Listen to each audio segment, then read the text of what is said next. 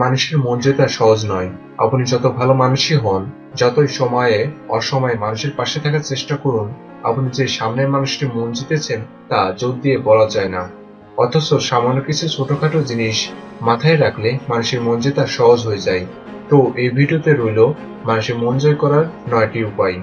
Tips number 1, কথা বলার আগে বক্তার দৃষ্টিকোণ থেকে ভাবুন। কথা বলার সময় সামনের মানুষটার মতো করে ভাবুন। নিজেকে সেই মানুষটার জায়গায় বসিয়ে ভাববার চেষ্টা করুন, আপনি তার জায়গায় থাকলে কি উত্তর দিতেন। টিপ নাম্বার 2, ভালো শ্রোতা হন। আপনার সঙ্গে যখন কেউ কথা বলছে তখন তার কথা মন দিয়ে শুনুন।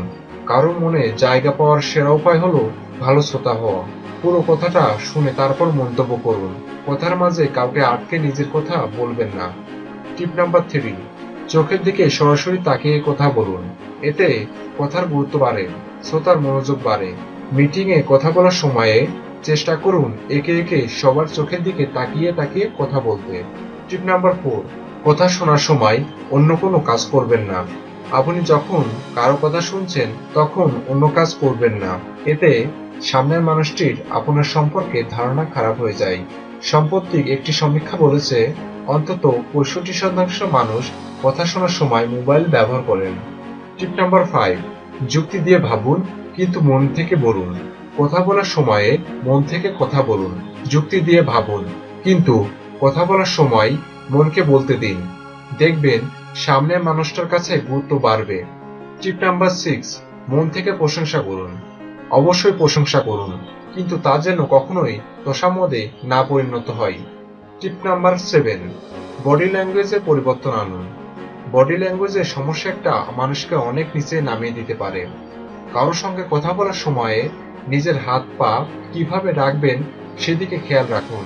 শরীরের ভাষা পজিটিভ থাকলে মানুষের মন জেতার কাজটাও সহজ হবে। টিপস নাম্বার 8, হ্যাঁতে হ্যাঁ, নাতে না বলবেন না। আপনি হয়তো ভাবছেন সামনের মানুষের কথায় কথা মেলালেই বোধহয় জনপ্রিয় থাকা যায়, কিন্তু পরিসংখ্যানে বলে ঠিক তার উল্টো কথা।